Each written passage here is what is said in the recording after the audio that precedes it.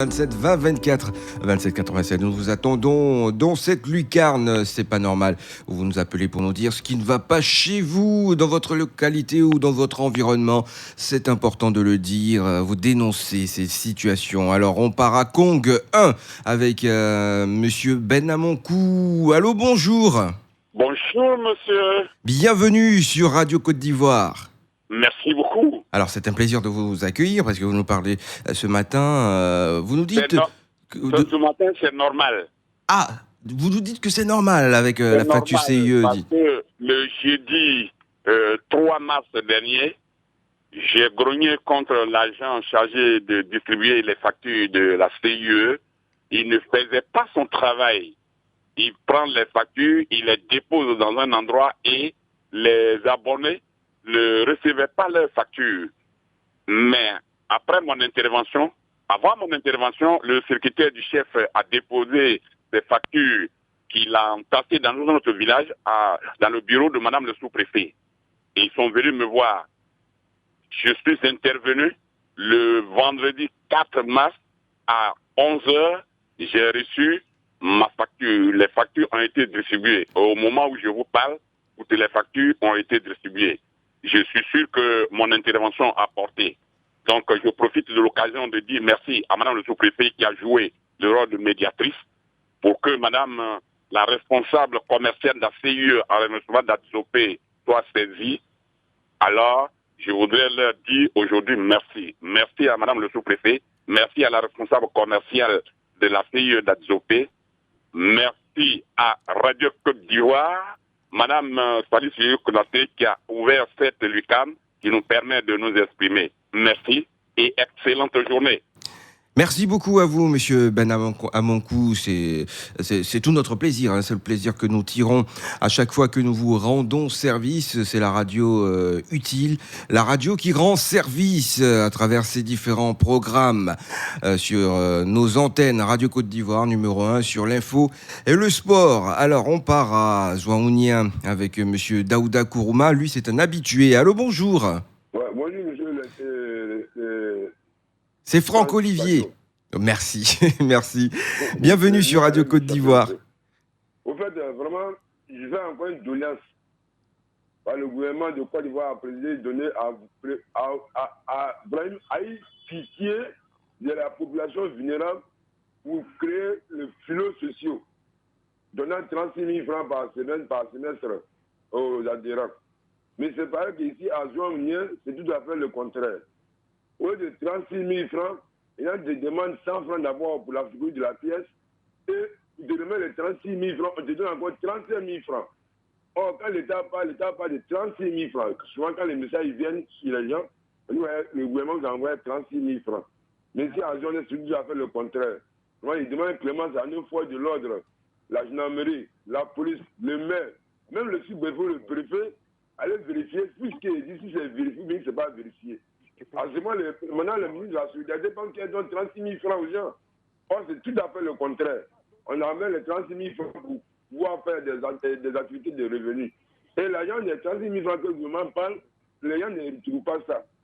Bon, vraiment, je demande vraiment violence à une fois de l'ordre. Parce que la police, il ne faut pas du gouvernement. Donc, on dit l'une au-dessus de la loi.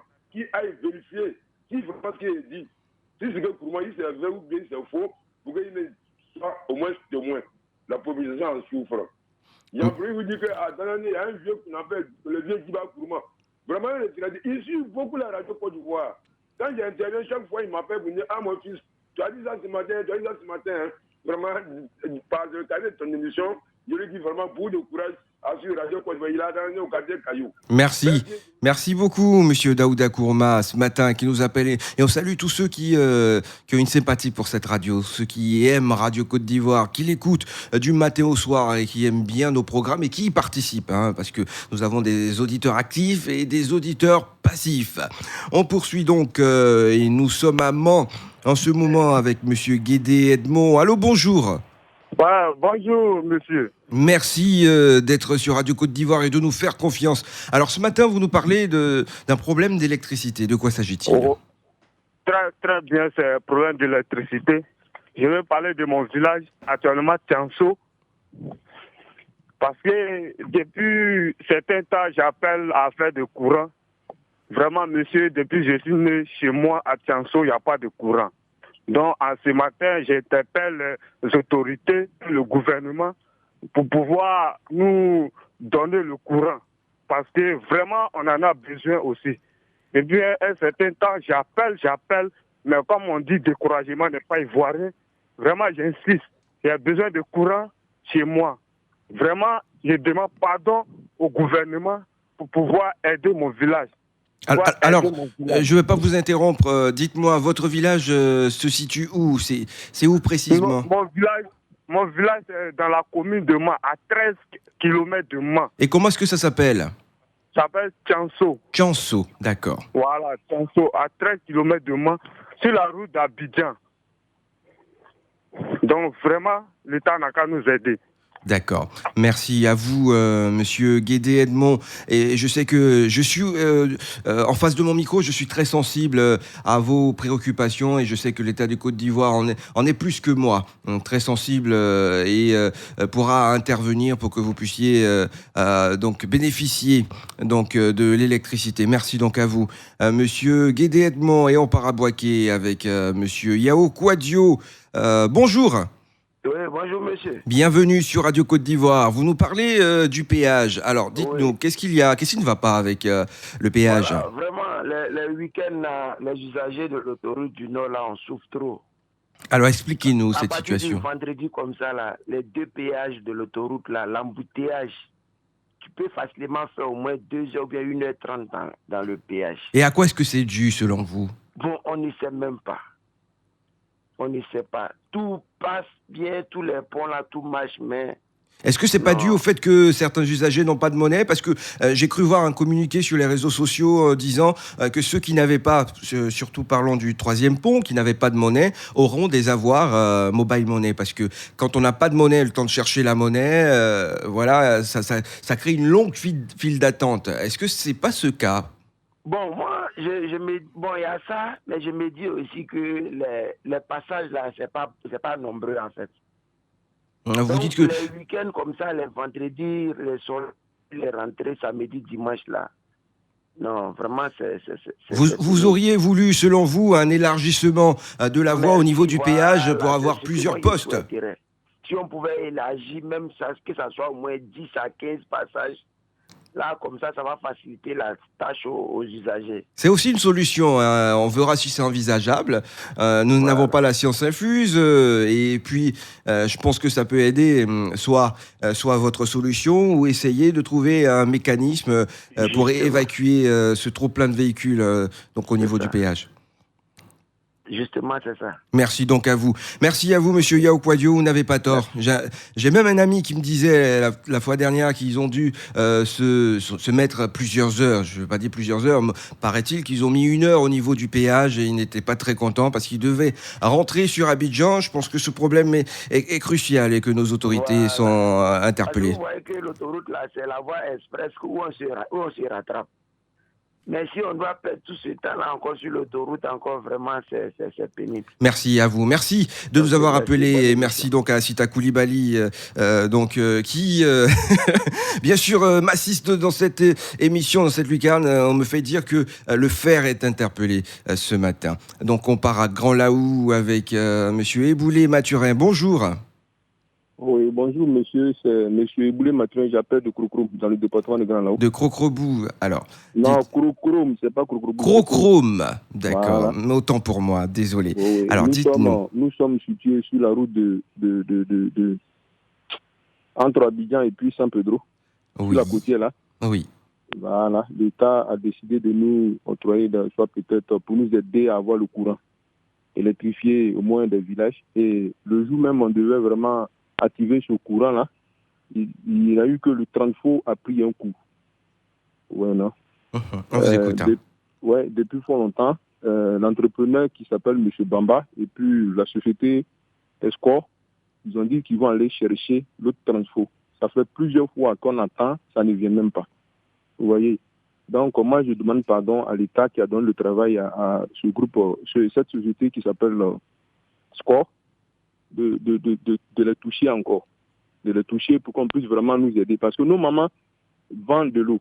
Vous voyez, ces femmes-là se débrouillent pour pouvoir vraiment vendre le jus, le truc. Nous avons un groupe ici, à Crocom ici, s'allume au XXe siècle, il s'allume de 18h de 18h à 6h du matin. À partir tu vois, dans la journée, il n'y a plus de courant. Tu vois, les femmes ne peuvent pas, ils ne savent pas comment faire pour vendre leur eau. Vous voyez.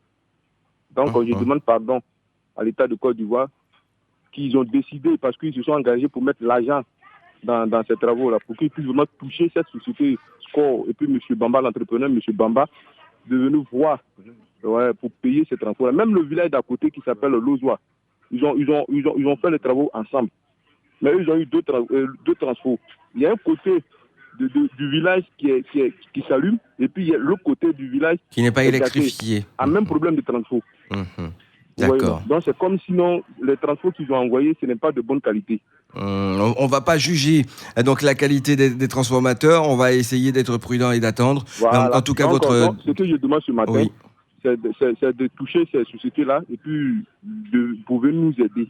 D'accord. Voilà. Donc nous demandons pardon de venir nous aider parce que nos mamans ont besoin de ça, la population a besoin de ça. Maintenant même là, dans le moment où nous sommes là, si tu n'as pas de courant, c'est que tu es nul et puis tu connais rien. Et c'est même légitime aussi. Voilà. Merci quand même de nous avoir appelés, puisqu'ils sont nombreux, au standard. On va vous dire merci. Et en plus, dire qu'il faut de l'électricité à Crocroom pour permettre de booster l'activité économique. Non seulement pas seulement l'activité économique, mais pour votre bien-être aussi physique et mental. Merci de nous avoir appelés. On part à Manoufla. C'est à Saint-Fra avec Monsieur Kofi Alain. Bonjour.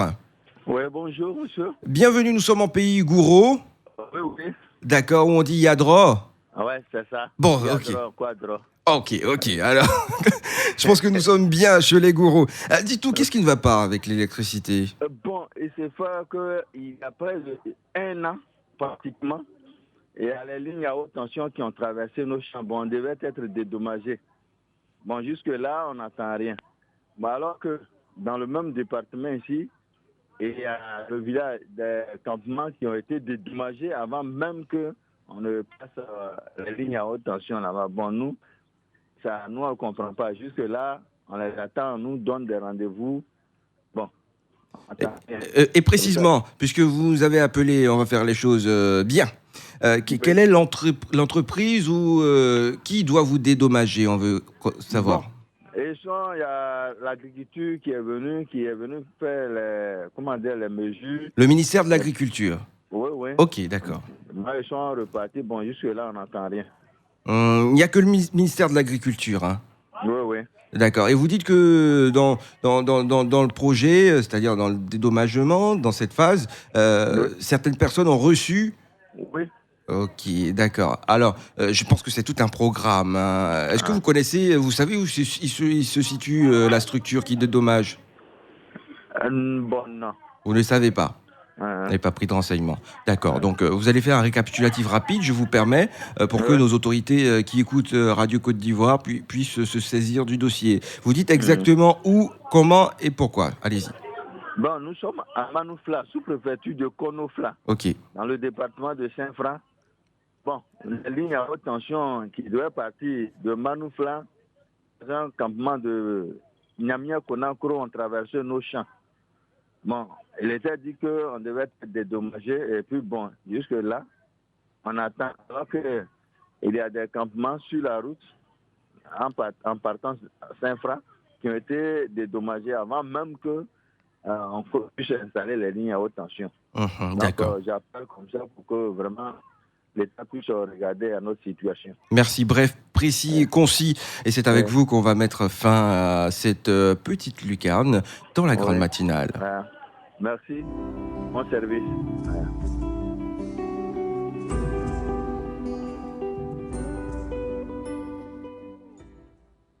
Eh oui, c'est bien de pouvoir nous appeler tous les jours du lundi au vendredi dans cette lucarne, c'est pas normal, pour nous dire ce qui ne va pas et ce qui vous concerne. Aujourd'hui, nous avons un peu fait le tour, nous avons parlé d'électricité principalement et des choses aussi que nous avons réussi, car ce canal permet d'enregistrer bien sûr vos plaintes et de les résoudre. Et nous sommes ici sur Radio Côte d'Ivoire, numéro 1 sur l'info et le sport, 88.0 de la bande FM. Tout de suite, nous allons vous passer à une autre étape de la grande matinale. C'est pas normal. Vous pouvez réécouter cette émission ce soir à 19h20 sur Radio Côte d'Ivoire ou sur notre site internet www.rti.ci, onglet Radio Côte d'Ivoire. Et ça nous intéresse, notre santé, élément important, crucial dans notre vie, c'est notre quête au quotidien, où on peut se situer, ça nous intéresse. Les bienfaits du poisson sur la santé, elle nous en parle, Djenebou Karamoko. Bonjour. Radio Côte d'Ivoire, Abidjan, 88.fm.